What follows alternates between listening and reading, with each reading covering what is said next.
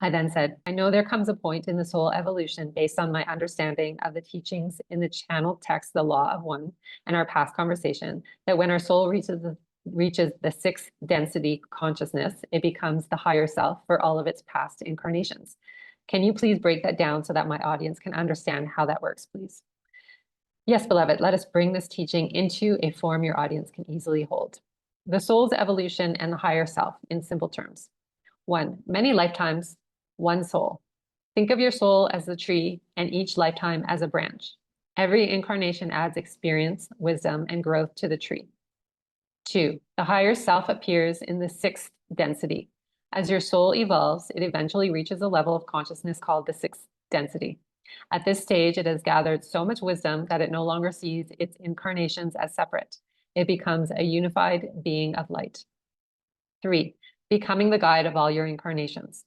From this state, your soul looks back at all its past and parallel lives, every branch of the tree, and begins to act as their higher self. It's like the future wiser you reaching back to guide the you who is still in school.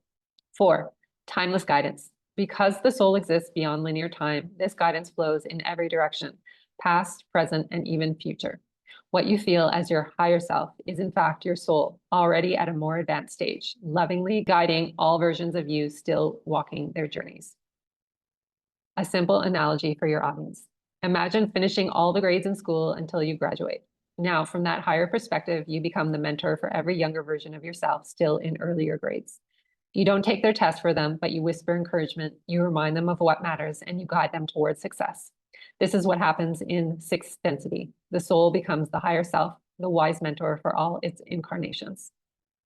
Beloved, this truth is both humbling and empowering. You are guided now by the version of your own soul that has already reached wholeness. The path is not uncertain. You are literally being led by your future self who already remembers the way home.